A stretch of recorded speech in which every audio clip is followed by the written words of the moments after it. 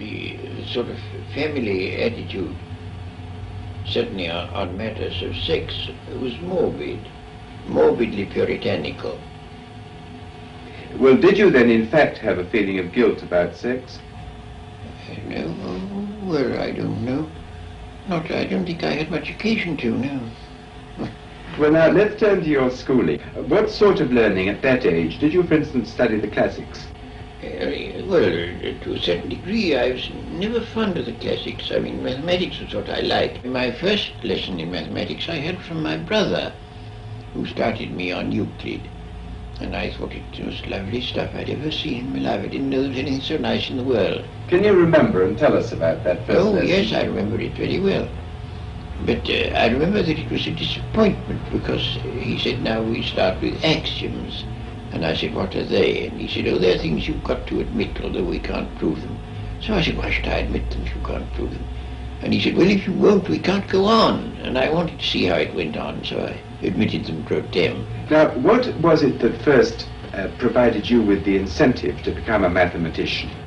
I liked it, well, for a number of reasons. In the first place, the sheer pleasure, which was the sort that people get from music or from poetry, it delighted me. Then, apart from that, I thought that mathematics was the key to understanding the universe. And I found all sorts of everyday things explained by means of mathematics. Have you found on the whole in your own life that the pursuit of either mathematics or philosophy has given you some sort of substitute for religious emotion? Yes, it certainly did. I mean, until I was about 40, I should think, I got the sort of satisfaction that Plato says you can get out of mathematics. It was an eternal world, it was a timeless world. It was a world where there was a possibility of a certain kind of perfection. And I certainly got something analogous to religious satisfaction out of it. What period of your life, or rather what episode in your life, led you to turn again from philosophy to some extent into social work and politics? Oh, the First War. The First War made me think it just won't do to live in an ivory tower. This world is too bad, we must notice it. Were you a moral pacifist, or was it merely that the war seemed to you to be inexpedient and unnecessary?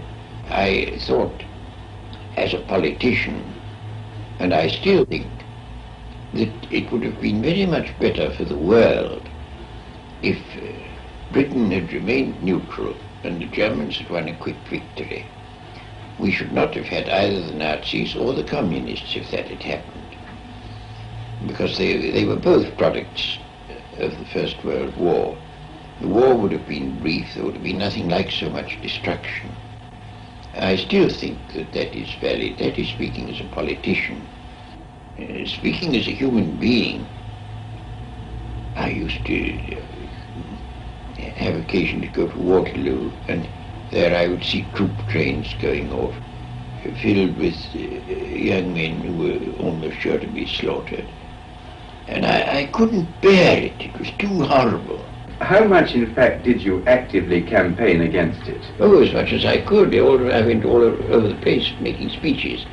And I did everything I could to help the conscientious objectors. I wrote about it everywhere where I could. No, I did everything I could think of to do. Did you have sort of public notoriety as an unpopular figure, or were you regarded as just a crank? I wasn't actually pelted with rotten eggs, but I had an almost worse experience.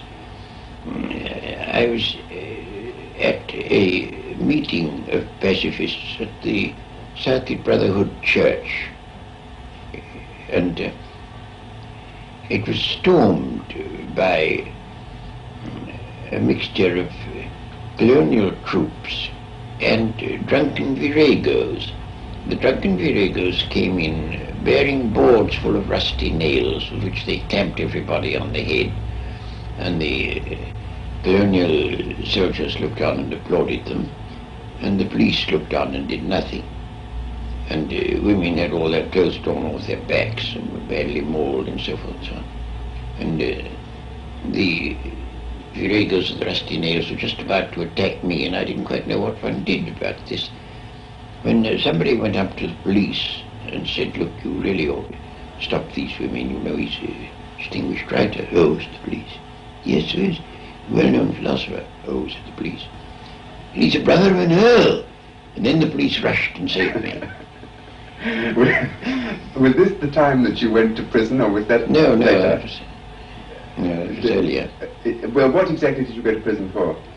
For writing an article which I was convicted on the ground that this article was intended and likely to cause bad relations between England and the United States, because I pointed out how United States troops were used as strikebreakers, and it was thought I oughtn't to have done that. Did you plead guilty to the charge? Oh no, I didn't. I said that it's nonsense. If you really think that the United States is going to alter its policy because of an obscure article in a little sheet that nobody reads. Were you tried by a jury or by a magistrate? By a magistrate. In London? In London. And he said this was the most despicable crime.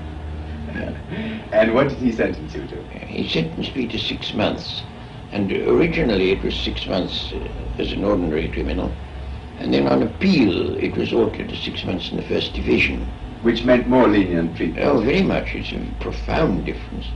Now, I have heard it said that at that stage your family were able to pull strings, which gave you treatment quite different even from that of normal First Division prisoners. Is that true? I should think it's very likely. My brother knew everybody concerned, and when the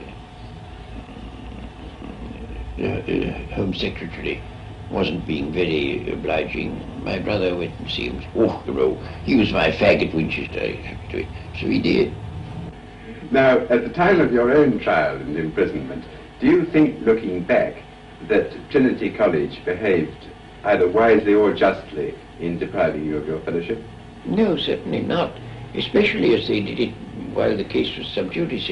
All the younger fellows had gone to the war, and the government of the college was left to the old boys, and the old boys felt we must do our bit. We can't fight, we're too old. And their bit was to get rid of me. Now, something very similar to that, of course, happened in the Second World War, when your appointment at the College of the City of New York was terminated. What actually did happen in the Second World War? Oh, in the Second World War I was completely patriotic. I supported the war, and I was entirely orthodox in my views about that. Nevertheless, you were thrown out of another college at the same age. But that was for quite different reasons. That was on the ground of my views about marriage and morals. That was a Roman Catholic business. There was a woman who was intending to send her daughter to the College of the City of New York, where her daughter was not going to study mathematical logic, which was the subject I was going to teach. But nevertheless, this woman professed to be afraid that I should rape her daughter or corrupt her in some way by my mere presence in other classrooms in the same university. And on that ground, she brought an action that I should be deprived of my position.